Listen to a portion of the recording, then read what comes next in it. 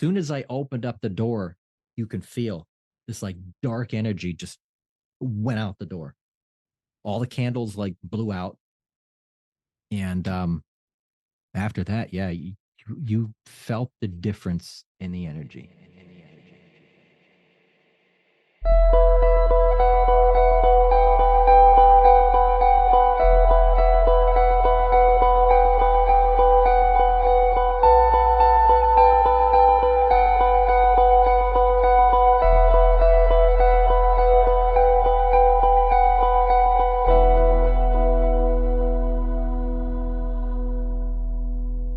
Hello and welcome to another episode of Your Ghost Stories. As you may know, we've been somewhat quiet these past few weeks, so thanks for waiting patiently for the next episode. This week it's just me again as Jamie's away on holiday. Alright for some, eh? Before we dive into the show, be sure to check out our socials, including our new website, yourghoststoriespodcast.com. Also, below this episode, in the description, there will be a link where you can help support the show and buy us a coffee as a small gesture to keep the show ad-free. So sit back, get comfortable, hit those lights, and enjoy the show. Your Ghost Stories. Your Ghost Stories.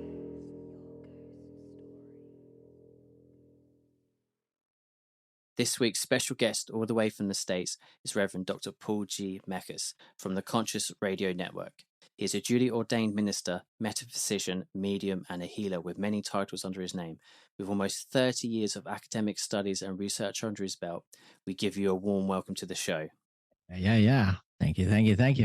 It's an honor. As you already know, here at Your Ghost Stories, we're all about the unexplained and things that go bump in the night.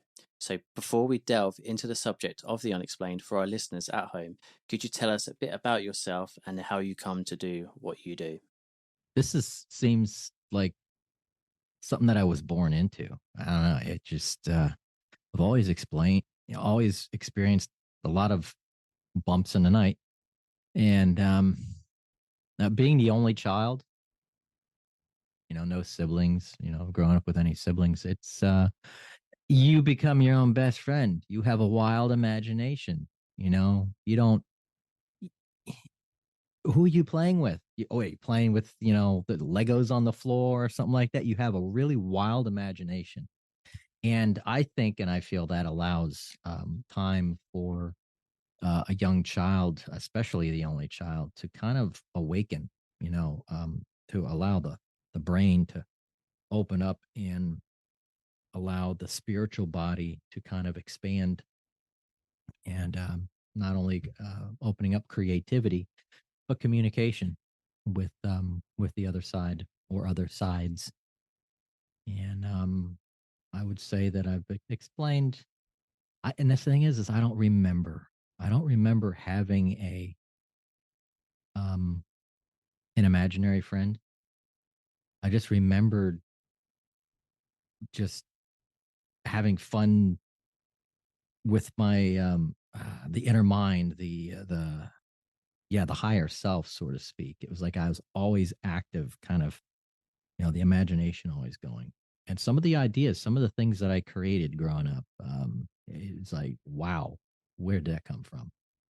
So, yeah. But as I got older, I started seeing things, started experiencing things, and, seeing figures, in your peripheral vision, and seeing some apparitions with one of my stepsister at the time. And we never really spent time together. She never lived with us, and we saw an apparition walking down the road, and it was like disappeared. And what's that?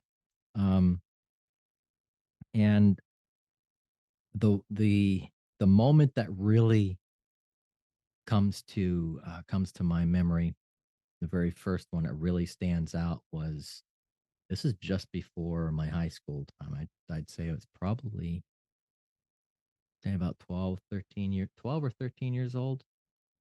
Well, no, maybe a little older than that, 15, 16 years old. And I'd say it was, the sun went down, it's dark, I'm getting ready for bed to go, go to school the next morning. And out in the living room, my stepfather's sleeping on the couch. Out, he's just out cold. And my mom's already asleep. She's already in bed. And we have a dog in the house. And I'm in the bathroom, got the door closed. I'm brushing my teeth. And there's a window off to the side next to the tub. Really small. It's probably not maybe that wide. And I hear it's a little windy outside. And I hear I hear a knock on the window. And I look over. I'm like, oh, what is that? Oh. At first I thought, maybe my mom took the dog out for a walk. She's knocking on the window to get my attention. Hey, look at this. Um, but I'm like, okay. And I hear another knock. Open up the window. I'm looking out. I'm like, nothing out. What? I, ask, call for my mom. Ma, are you out there? Um, Nothing. Don't see nothing. Don't see the dog. Nothing. And it's a little cool. It's a little windy, breezy. And I close the window back down. And just before I turn around to head back to the sink toward and also where the door is, there's a knock on the door. I'm like, hold on, I'll be right out. Thinking, okay, it's my mom. And I open up the door. Nobody's there. And this is only just seconds later. Not like a minute went by. It's just seconds, just moments. Open up the door. There's nobody there. And I'm looking straight out into the living room. Dad's still sitting on the couch, sleeping. So I'm like, okay, where's my mom? So I'm looking for her. And I'm like, okay, what's going on? So I head across the living room, towards the master bedroom. My mom's still sleeping. Who was that? Who was trying to get my attention? There was clearly something else trying to get my attention that night. Yeah, so you was the only one awake in the house at that time. Yep. Wow. Yep. So when you come to the realization that your stepdad and your mum were both asleep, did you instantly get a feeling of dread or fear or like the realization that something out of this world has just happened? For like a couple seconds, when I saw her, when I knew exactly what was going on, what the scenario was, I was like, oh. And then for some reason, I don't, I've always been like this. It's weird. Maybe it's not weird. I don't know. It's never frightened me. It's, I first get that instant hint of astonishment and going, oh, now I know what it is. Uh, I didn't really, but it's like I recognized it as something paranormal. I recognized it as some sort of a spirit trying to get my attention. But obviously, I didn't feel any negative energy. I didn't feel any negativeness, any malevolent force or anything. It was like something that was just trying to get my attention, trying to play a game, something like that. I recognized it for what it was, even though I was that young, 14, 15 years old. It didn't really bother me. And it never really has, even to this day. It's like, it's almost natural to me, anything paranormal. Um, and as I got older, that's probably why I was like, something, maybe I need to dig into this a little bit more. So, That is a great outlook to have. Just talking from my own sort of like experience, like I first experienced something when I was must have been about 4 or 5, and I felt terrified. Not that something wanted to hurt me, but I just felt terrified. And then jump forward years. I was in my I was in college, so I must have been about 16. I was in the front room. It's been about gone midnight. I was playing my guitar really quietly through the amp, really quietly, not to wake everyone up, really quietly. But I always would have the TV on, but I'd turn the volume down to 0. I think it's like probably because I'm a millennial, we need something on in the Yeah, background. And for comfort, I suppose. I was the only one awake. And then when I was finished what I was doing, I turned the TV off, go to walk out of the room, and the TV turned itself back on. And then I pick the remote up, turn it off, go to walk out the room, and it'll turn on again. It done this about 3 times, and I said, yeah. "Please just stay off." Plug it. I did. Yeah. I was really tired, so I was a bit perplexed by it. I was like, "Is the remote broken or something?" But I think that was something just trying to let me know that something was there, and I think that's quite comforting for rather than jump into that level of fear, because I suppose when you are in a level of fear, you become like really sort of heightened and more susceptible to things and let your imagination run wild, so to speak. But yeah, so is that where it sort of really first started to sort of evolve?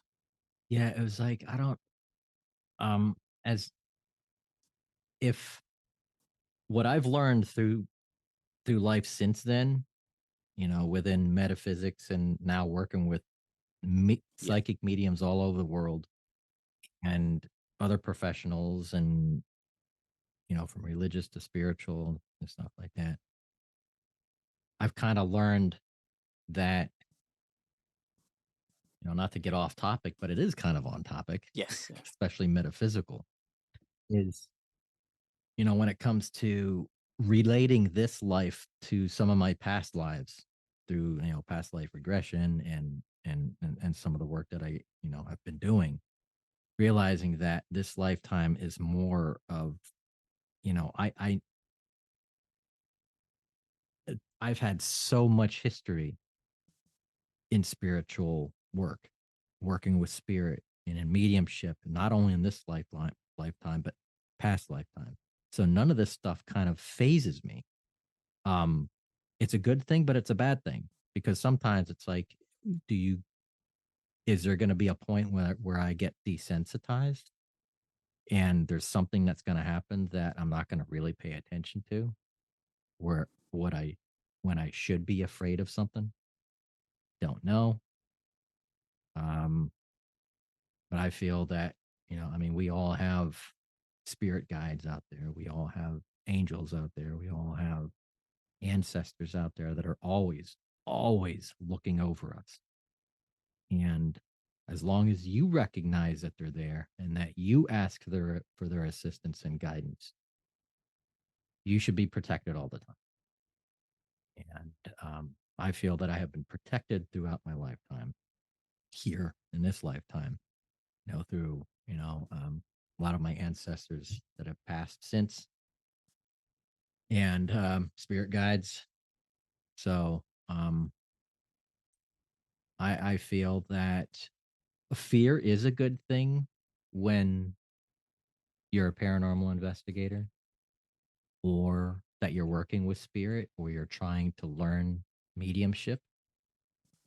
Um, and also have that faith in the background, have that faith, whether you're Catholic or Buddhist or Muslim or, or whatever. Always have that faith there, and because that's a protection.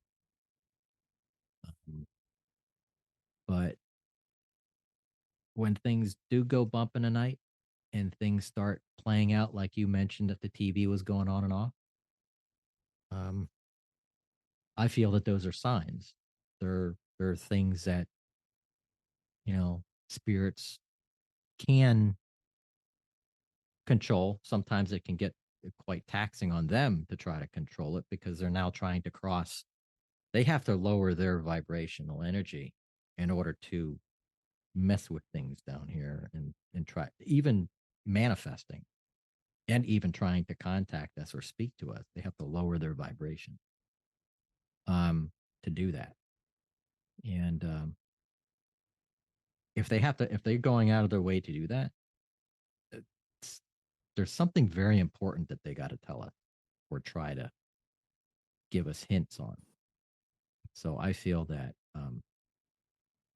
when people get these signs, TV going on and off, radio going on and off, a piece of mail I got in the mail that I spoke about just Yep. before we went on the air, and I could touch base on that. These little synchronicities. Some people call them coincidences.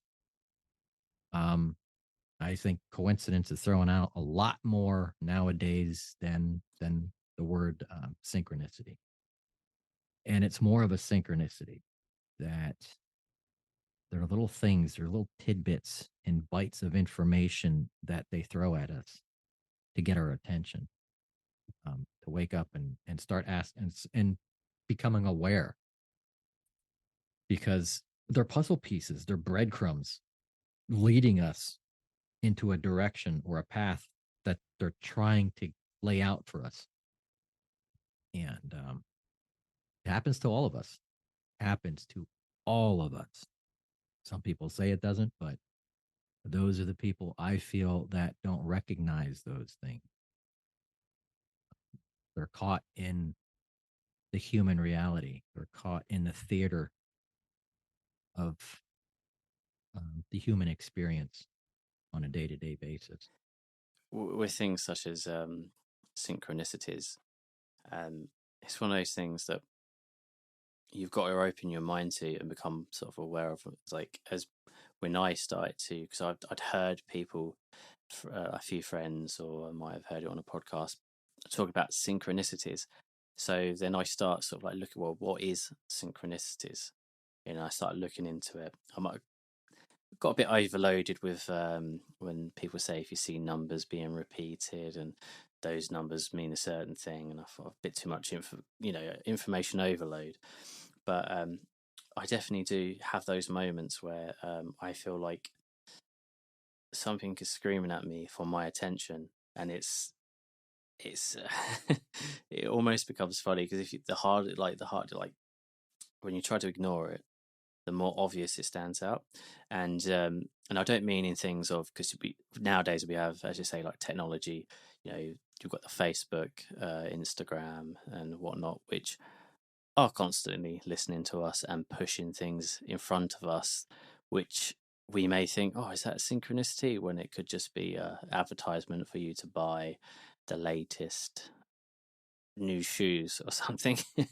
But I tend to, if there are any signs, I try to or anything that I think is repeating and trying to tell me something, I try to steer away from, as I say, the social media and look more for things in day to day life which are sort of like screaming out for attention.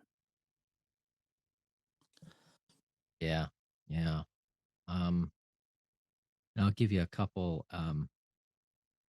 instances where when when it comes to the work that I do as a medium, um, when spirit knocks and you have to answer, so to speak, is normally I'll either hear them, but most of the time it's a thought. It's uh, claircognition, and they'll and it's a thought that's just like really random, like boom, you got to get this done. And it's a combination of hearing it and kind of somewhat seeing it too. It's like a trifecta of is like I'm seeing it, I'm hearing it, and I'm feeling it instantly. And but then when it becomes repetitive, like, hey, you got to do this. Hey, you got to do this. Come on, go ahead, come on. Pick up the phone, give them a call. Blah blah blah blah blah. I'm like, oh, okay. Last hurricane season here in Florida, um, I have two big oak trees on my property. And since I lived on the property, I never had them cut professionally by an arborist. And Spirit was like, you need to get those trimmed quick. And they're just like, you have to get them cut now. Get them, call somebody now and get them cut. Just do it. And I just kept hearing it for like almost 2 to 3 days straight. It's like when I wake up in the morning, boom, I'm like, okay, okay. By the end of that weekend, I think it was like on a Friday or something like that, I got out of work and I got onto the website and started looking for arborists in the area. And I plugged it, and three of them contacted me, and I picked the best bid. They came out, I think that next week, and trimmed both of them. And guess what happened 1 week later? A hurricane came out. I wouldn't say it came out of nowhere, but it it, it wasn't foreseen the week that I got the trees trimmed. Nobody knew the hurricane was coming. It was just like, Yeah. where'd that come from? And it was pretty powerful. So um so and it was like at that time, it's like spirit was going, see, I told you so. Told you. Told you. I'm like, okay. Yeah, in one aspect, I kind of would I would gladly welcome something like that in my life, because sometimes I feel like I need direction, and just a little nudge in the right direction. But most of my life, well, very recently, it feels like I'm just sort of aimlessly wandering around. I'm just sort of doing the same thing day in, day out. Nothing is grabbing me and telling me, go in this direction. So I personally would welcome that. Yeah. But as we said earlier, we were talking about you being a medium. Um, what does that entail? As I've never personally been to visit a medium, and what comes to my mind when I think about mediums is the scene in the film Ghost with Patrick Swayze and Whoopi Goldberg, where she's sat at the table and she's been swamped by all these ghosts left, right, and center. I think it was a long time Yeah. ago that I saw that, but I think they're like taking turns trying to jump into her body. Um, but I tell you, is that just a Hollywood dramatization, or are they sort of accurate, or sort of like half on the money with that sort of scene? Yeah. It's that they definitely over dramatize that. Um and it's the pseudo reality of it. Um Now there's different modalities when it comes to mediumship. There's a lot of different modalities of mediumship. Now, most people are familiar with the gift or that work of a psychic, and either going to get a tarot card reading or a palm reading, sitting down with the crystal ball. And when these practitioners title themselves as a psychic, what a psychic is somebody who picks up on the energy and works off the energy, and can see and kind of do a reading through your energy. And sometimes we'll see things and kind of recognize things and symbols, and start giving you a reading that way, and using divination tools such as tarot card, and scrying through the crystal ball. That's most common. And Whoopi Goldberg character in that movie was a psychic, from what I remember. Now, a medium is sort of like a psychic. It's basically a medium is a psychic, but a psychic is not a medium. The difference between the two is a medium is a conduit, a person who is a direct conduit to the other side. And it's kind of like that medium is like basically picking up the phone and contacting a particular spirit or spirits, and having a direct conversation with them through their physical faculties and sensories, by either seeing, hearing, feeling, touching, smelling, um, and using their senses to be able to establish that connection of contact and communication with the other side. Um, all mediums are psychic, but not all psychics are medium. Um, so if somebody, now there's people out there that'll title themselves psychic mediums, but if you're a medium, you should already be psychic. But if you're psychic, you may not always be a medium. And it also depends on the work that you're doing. You could be doing a reading, a psychic could be, or a medium could be doing a reading on somebody, but not Yeah. necessarily connecting to spirit and using the divination tools and working with the energy of the person that they're sitting with and doing psychic work, but not there as a medium. That kind of gives, that's kind of like a roundabout idea of the two and the work in that type of modality. Um, Now, the different modalities of mediumship, um, most people are familiar with psychometry, and psychometry is somebody. And now that's a psychic tool, is picking up on the energy, and that's where a medium kind of uses the psychic energy off of an item, like for instance, this remote control, or let's get more specific. This pen. Say I came into the office and this pen was laying down on the counter and someone left it, and or it was a crime scene. Oh, the guy left it on the table. The criminal left it on the table, and now we got to find him. Was that really his pen? Don't know. So we bring in a psychic or a medium.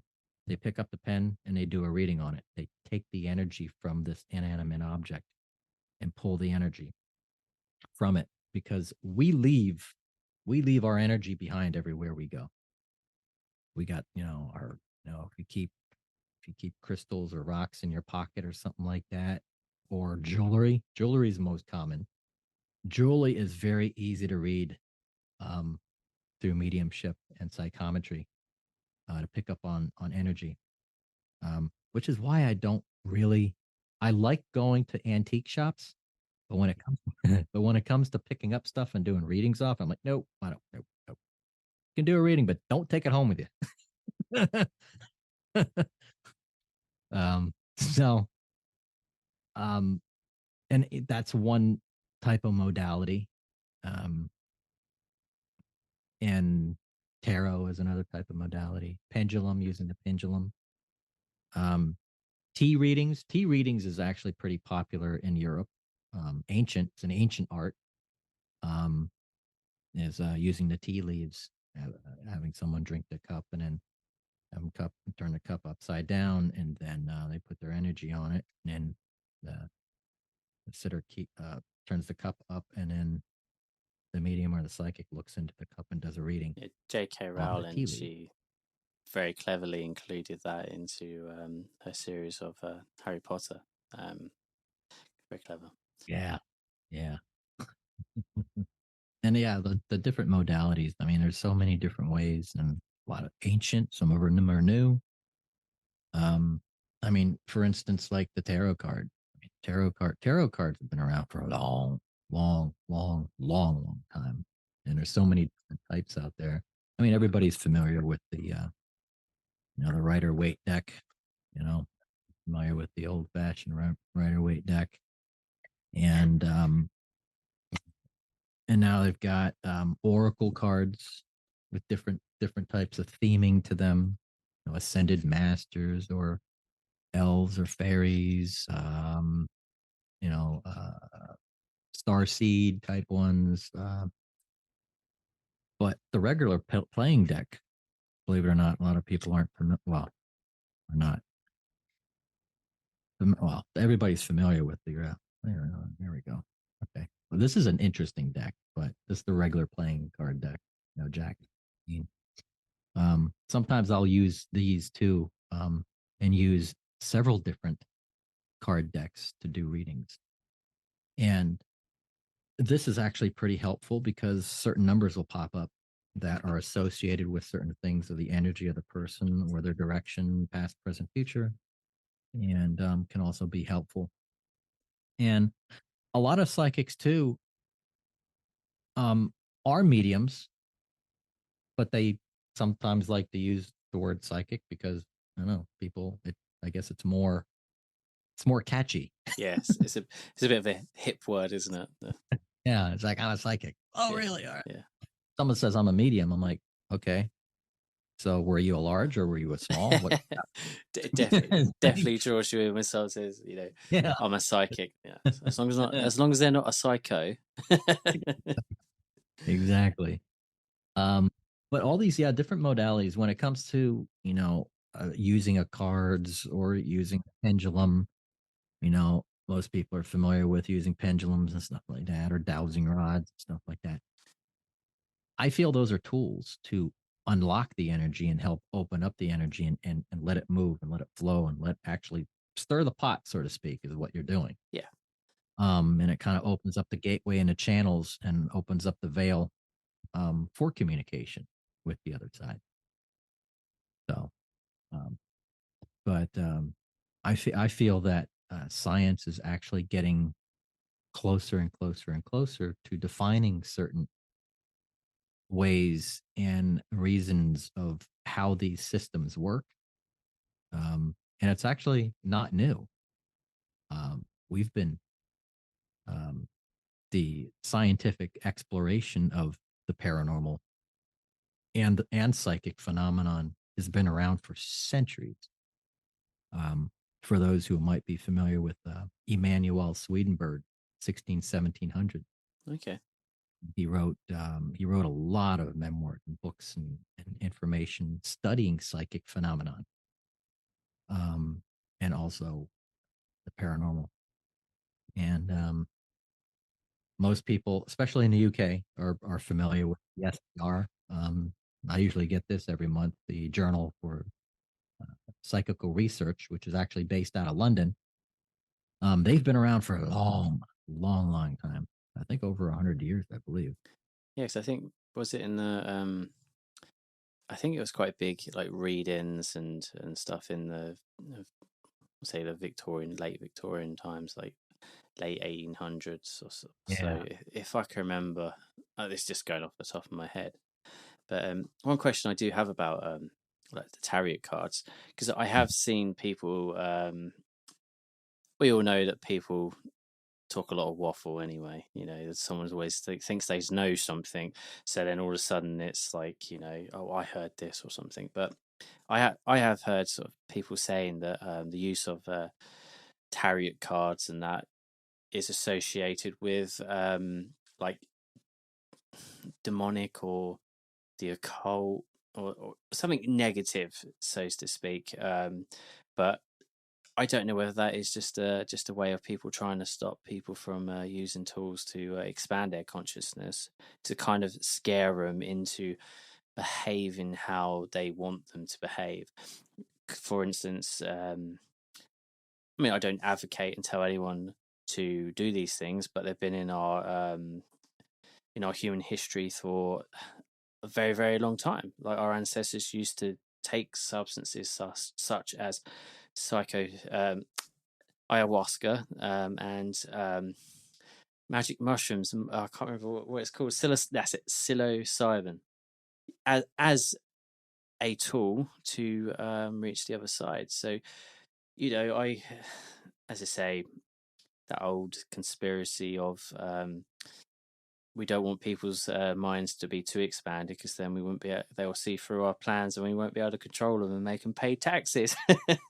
Yeah. Oh yeah. Yeah. Um, yeah, a lot of this has been demonized, no pun intended. It's been taboo in a lot of um, a lot of the newer spiritual or newer religions, especially Christianity. It's always been taboo. Um, and not and always recognized as the demonic arts or the dark arts. But that's a way to lock the psyche down to a power of control. Um, but the use of these tools too, and the use of these different crafts and modalities it's all based on the intent. If somebody has evil wishes and malevolent intentions towards somebody or something, and is using this stuff, yeah, it you're going to bring bad energy. Like energy attracts like energy.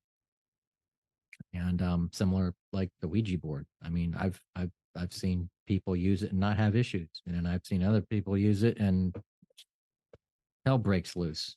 Um, and it's all about intent, belief, and intent. Belief is the most powerful energy in the universe. If you believe something, because we are creative beings, sentient creative beings, psychically and spiritually, the power of belief can change and move mountains. Crazy. People don't believe it, or no, they don't.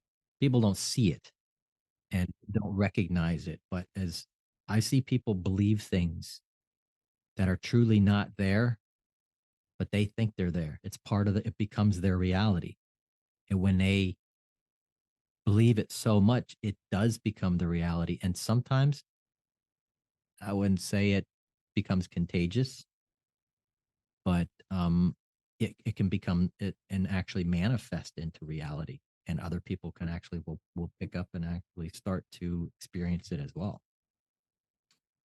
So Yeah, yeah, definitely. I can get that, especially if we think back to ancient times. I mean, I know there's us humans, we have a big ego and we like to think that we know everything, but I think we don't. But there's many sort of past, what do you call it? I suppose you call it like faith or religion, you know, the ones that had many different gods. And was it a case of that strong belief system that almost brought them into existence? They sort of willed them into their own sort of reality.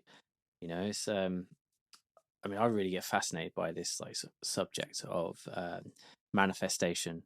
I mm, would, if only I could harness the power of manifesting the things in life to sort of, I suppose, help me achieve my goals. Because I know that everything I need is locked up within me, but yeah, it's finding the keys and your own, my own sort of like, or our own self destruct sort of like processes can get in the way of that. So you know the whole um, is it imposter syndrome? You know, like whereas I know I'm a good musician, I know it, but there's always a voice at the back of my head that says that I'm crap. You know, you're rubbish. You're rubbish. Just stop it. You know, don't try and achieve anything because you know you're just gonna fail. And it's really hard to sort of block those out. So definitely being surrounded by like-minded individuals who are more uplifting and who are on that path, I think yeah, is the way that we all should go. You know, many and cases, yeah, surrounding yourself with people, friends, associates, or colleagues that are successful yes, yeah, and have made it and are that are closer to you of making it.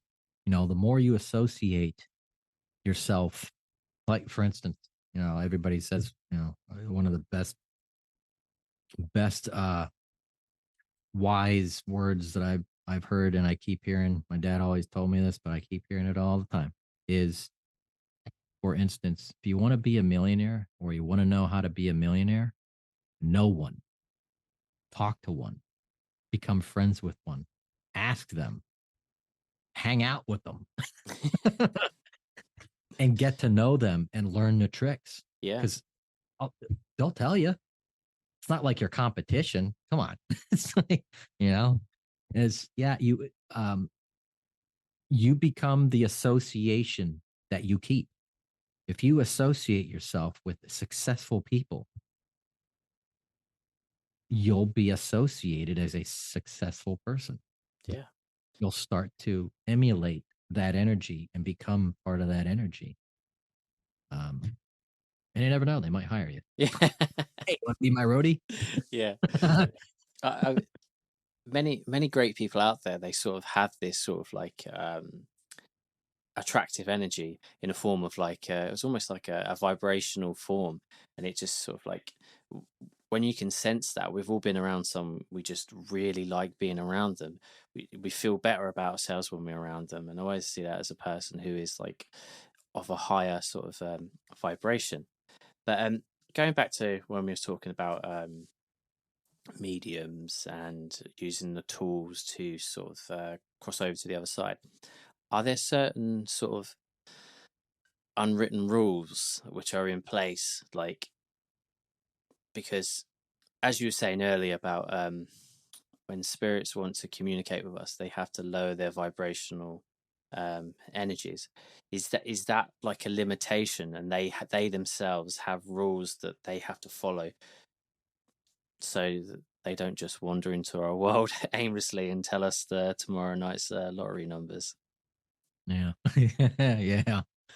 Um, well, this is where the dynamics come in is there's so many different planes of existence. There's so many different dimensions. There's so many different spheres of the spirit world, different vibrations of the spirit world. There's lower vibration, even some lower than ours, within our reality of the third dimension.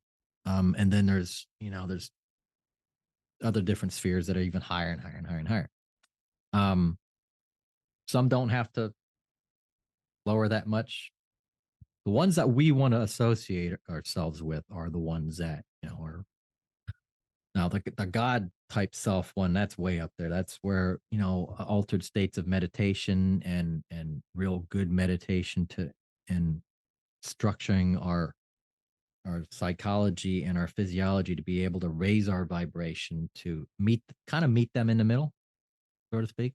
Because we also, the spiritualists, the yogis, the Buddha, the Jesus, all the messiahs out there and the spiritualists and gurus, um, that's what they did. They got into a deep state of meditation to raise their vibration, kind of separate themselves from the body in altered states, and to raise their vibration in order to be able to meet in the middle, depending on who it is that they want to get that information from.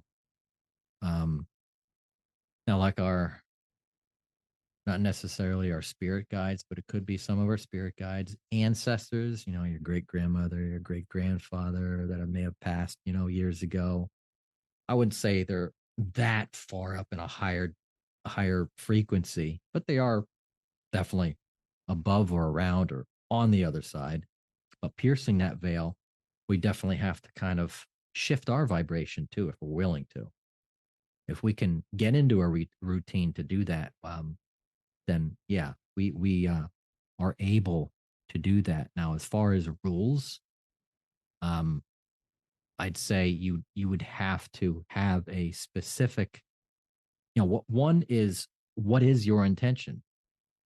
Um, what is your intention in order to start that communication? What is that intent? Why is it that you want to do this? You want to do it because of health reasons? You want to get into meditation for better health? Or are you practicing this meditation to heighten your skills and become a medium? In my opinion, everybody is a medium. Everybody is a psychic. We've just were born into this world and convinced we weren't, that we don't have this skill, that ghosts don't exist. That's your imagination. Um, so we need to retrain our brain. We need to retrain our psyche. We need to retrain this instrument and know how it works. How how is our physiology? How is our body able to communicate? Am I better at hearing them? Am I better at feeling them? Am I better at clairvoyance, actually seeing the images that they're giving me? And that's where kind of going in as a student medium and trying to train your body, go to school and kind of learn it. There is a decorum for it too. There is a decorum for mediumship. Um, the Morris Pratt here in the United States teaches it, and the Arthur Findlay College there in the UK teaches the decorum of mediumship and learning the modalities. And I would say, yeah, there are rules because the intention, the purpose of this work of communicating with spirit is first you have to learn your own boundaries and set your own rules, meaning that if you open up that door, they're just going to keep knocking. They're going to keep waking you up in the middle of the night going, hey, I want you to talk to so and so across the street. Something's going to happen. Can you, you know, the doors, the office is closed for the day. Come back 4 o'clock tomorrow evening or something like that. You know, this happens to a friend of mine all the time. Okay. It's like so I said, you got to set rules down. You know, here are the office rules. Here's the office time. You know, and you put that out there. You take your power back and say, hey, these are the rules. And spirit will, the good ones, the good ones that mean well, the ones that you want to work with, will obey those because they, depending on how long they were out of body, I wouldn't say they forgot what it was like to be in body, but when you're out of body for so long, of course over there it's probably maybe 15 minutes, 15 minutes, which is probably like 10 years to us. Um, Sometimes they kind of forget, you know, they're like, man, you know, I do have to eat and sleep. Yeah. Yeah. You know? Yeah. So you got to set those rules for them and say, here's the times, yes, no, something like that. And you have to establish the way you're going to establish contact with them and for them to communicate with you. And like I said, the intention, once you have what a particular, what, what it is that you're going to communicate, what it is that you're going to open up that door, and establishing that, um, as far as, because through mediumship too is you're also, um, trying to not only set these boundaries, but learning the boundaries as the intentions, like, for like mantras, is you want to establish specific things like, hey, I this work that I do is only for the highest and best intention, and meaning the highest and best, meaning it's only for good, and always having that in the back of your mind that it's only for good, it's only for the benevolent energies to come through. And when you start to know who your spirit guides are and who it is that you're mainly working with, the gatekeeper, so to speak, the ones that normally are kind of like, they'll sit there in the back, but they're there guarding the veil to make sure, you know, the evil ones don't come in and start playing game. Um, and um, they'll make sure that, you know, everything is for the highest and best. Um, and that's where I tell people, you know, if they be careful what you play with. Um, you know, we were talking about like the Ouija board and stuff. Where I brought that up, and you know, it's used. A lot of it's used as a game, and it's unfortunate that it was turned into a game. Like, come Yes. on. Yeah. And we hear all these stories of, you know, people using it for not the right reasons. You know, they're either, you know, they've been drinking a lot, so they're inebriated, or really drunk, and obviously right then and there, boom, your mind is not working correctly. You've got these mischievous intentions already going through your mind if you're already on, you know, if you're already on alcohol. Yes. Yeah. Um, that's going to open up a doorway. Like energy attracts like energy, and that's one of the principles in mediumship is like attracts like. If you have mischievous and, you know, unintended wishes or malevolent wishes towards something, and using that energy when you're tapping in and trying to connect to spirit, you're gonna get the spirits that are within that same frequency, that are mischievous and are not there for the really, really good reasons. Yeah. Um, so, but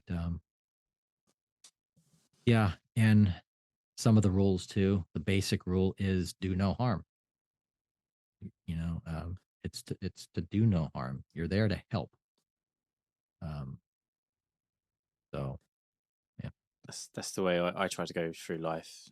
Anyway, that's my core sort of like one of my core principles is to do no harm. Like I don't wish anyone harm. I'm only human, and I get angry when someone cuts me up, or someone does something to sort of like hurt me. But I always try, I do, have that thought process of, do no harm, because like anything, as they say, hate breeds hate. If yeah, I, if someone wrongs you and then you retaliate by wronging them, you're only causing it's just cycles. And what better way when someone's been an absolute arse or nasty to you?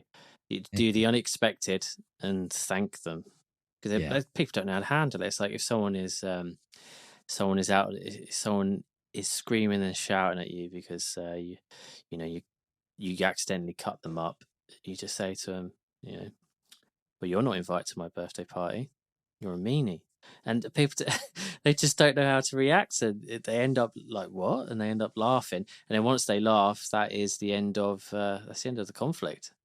yeah. Because really, Really want to get somebody's attention of somebody that pisses you off, and they intend to piss you off. That's the thing. For people who really want to piss you off or cut you up, and they intended to do it, the best one of two things, the best things to do to really throw them off, to really throw their wheel off, is to do one of two things. One, say, "Do you need a hug?" Or say, "I love you too." yeah. Do one of those two things, and they'll look at you like, and they'll either walk away, or if you're lucky, they'll give you a hug. yeah. I might try that one day when someone's when I've crossed paths with someone. Yeah. But as with our show, Your Ghost Stories, we're usually about we play on and really go on the side of I suppose sort of like that entertaining aspect of a bit of fright. There's always like why do we go on roller coasters? We go on roller coasters because we love a bit of a thrill, a bit of a scare, and I think that's what one aspect is what drew me in, especially with things like horror films and things like that. But where I was going with this was this conversation has been the like complete opposite side of the paranormal and the unexplained, which again is a good thing because you can't always stay one-sided and just I just want to listen to something that scares me. If you really truly want to get a bigger understanding of the world and these things that happen, it's good to keep an sort of open mind. But with that as I say, with that in mind, and if you don't mind, are there any stories you can tell us where you've actually managed to really help someone in terms of like either advert disaster or something that just really changed someone's life for the better? Yeah, it was an exorcism. It wasn't the exorcism that we're all familiar with, like Hollywood ones and stuff. yeah, The Exorcist. They're actually remaking that movie. Did you know that? No, I didn't know. Yeah, I was like, whoa, okay, that's scary. I did see it in theatre actually. I saw it at a theatre show and I wasn't sure what we was expecting. And I tell you what, I thought it was just as terrifying. I mean, the film's old now, and when I first watched it, I thought it was quite, I laughed a bit because of the acting. But when I went to the theatre and saw like the dramatized play, they had Sir Ian McKellen doing. Mm, It's really really clever actually. They had him doing the voice of I suppose the devil or whatever it was, and it was all pre-recorded. He wasn't there. It was all pre-recorded. So they were all acting to this like pre-recorded. It was absolutely amazing. But again, it was absolutely terrifying. I've never experienced anything like it. I was really sucked into it, and it was it was a surreal experience. And you know, I did get my money's worth because I did get entertained and scared. But Yeah. yeah, sorry. I mean, that was completely. I didn't mean to sort of like run you off sort of like course Oh, there, no worries. but No, yeah, it'll segue into yes, the sort of real exorcism. So it yeah, wasn't really like that, but it was an exorcism. Because people relate exorcisms to that type of thing is we're trying to exorcise a demon because somebody's possessed. But there's two types of demonic things that can happen. There's a possession and then there's oppression. This is more like an oppression where this entity attached itself to the male. I'm not going to give any names and stuff like that's that, fine. That's fine. so to speak, but this happened locally. And this was at the mid beginning stages of in my student mediumship classes. I had already had my doctorate at the time, and I was just like, yeah, let me learn mediumship and kind of move forward and stuff. So the pastor of the church was like, I had originally got the call through, um, at the time I had a Claremont Paranormal Investigation Group, and I had gotten the email from this woman, and she's like, I seriously think there's something in the house, and it's attacking my boyfriend, and I'd like to have an investigation. So like, all right, um, we went to the cottage. I guess it's like a cottage slash cabin out in the middle of nowhere, out in the woods somewhere. That was spooky in and of itself.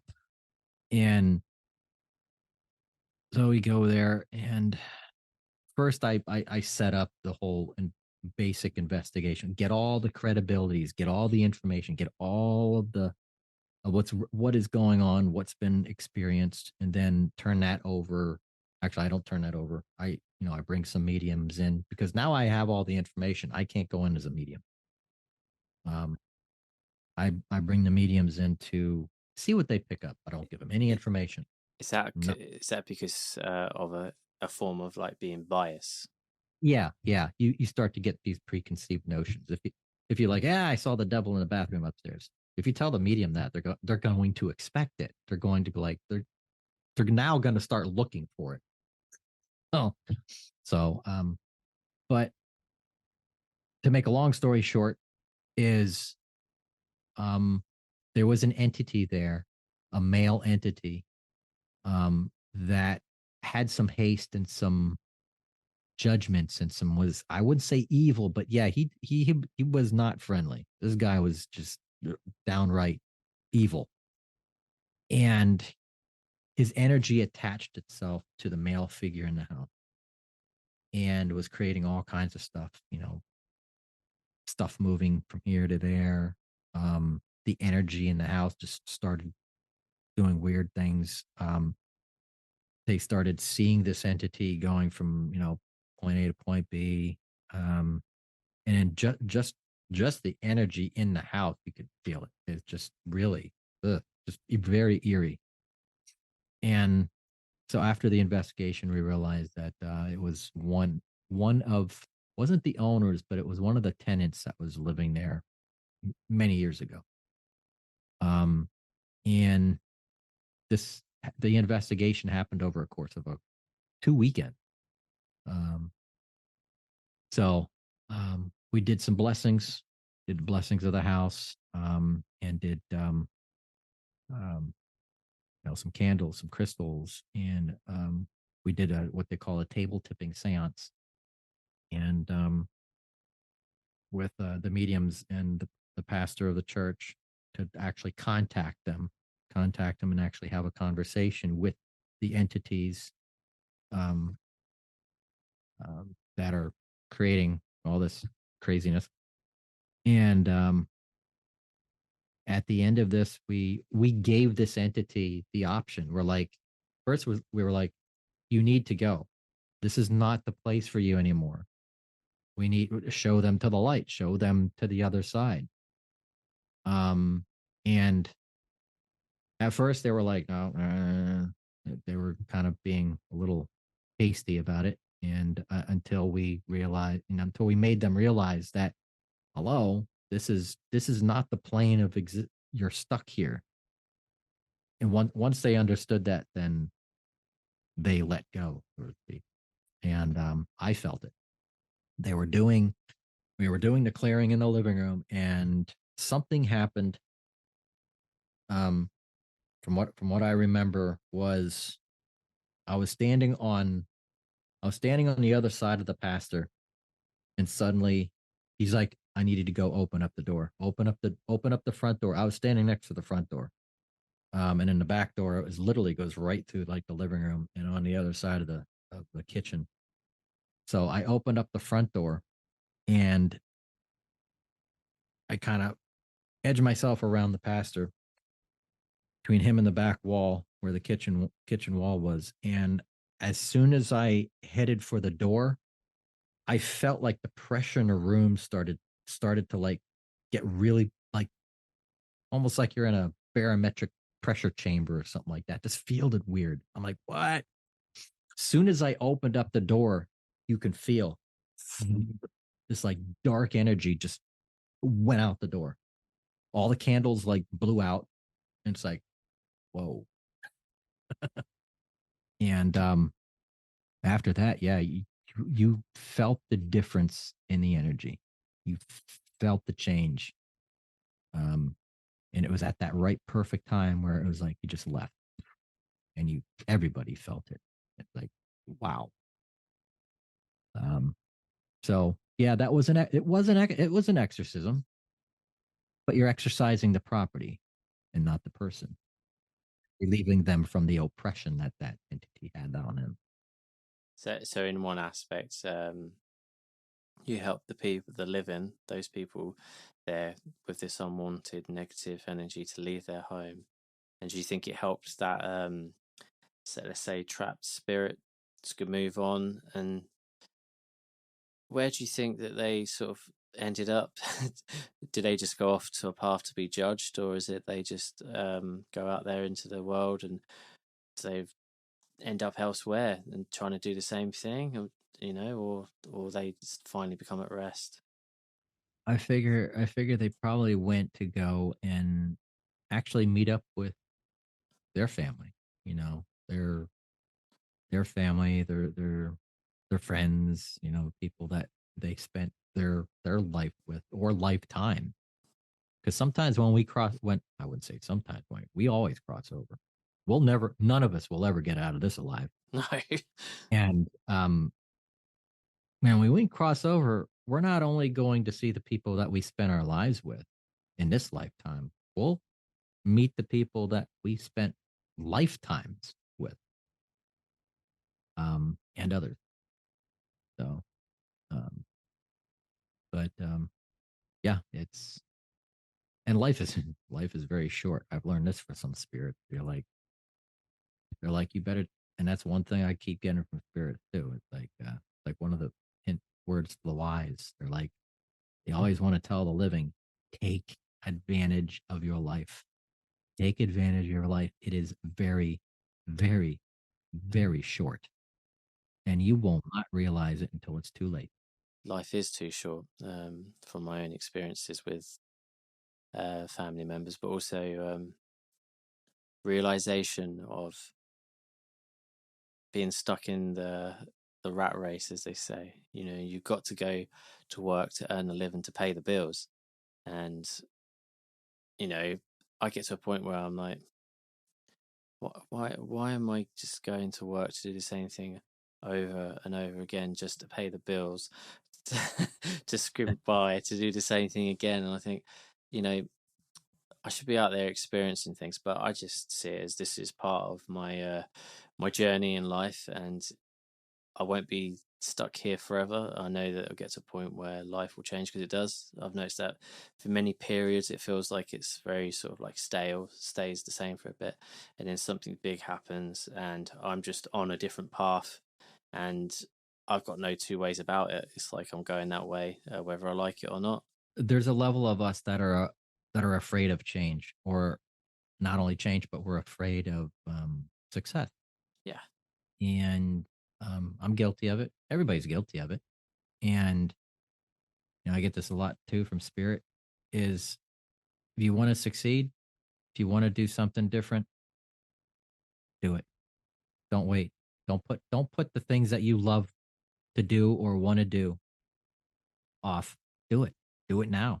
Do it tomorrow. Don't wait. And if and a lot of people overthink certain things. They go, well, how am I going to do it?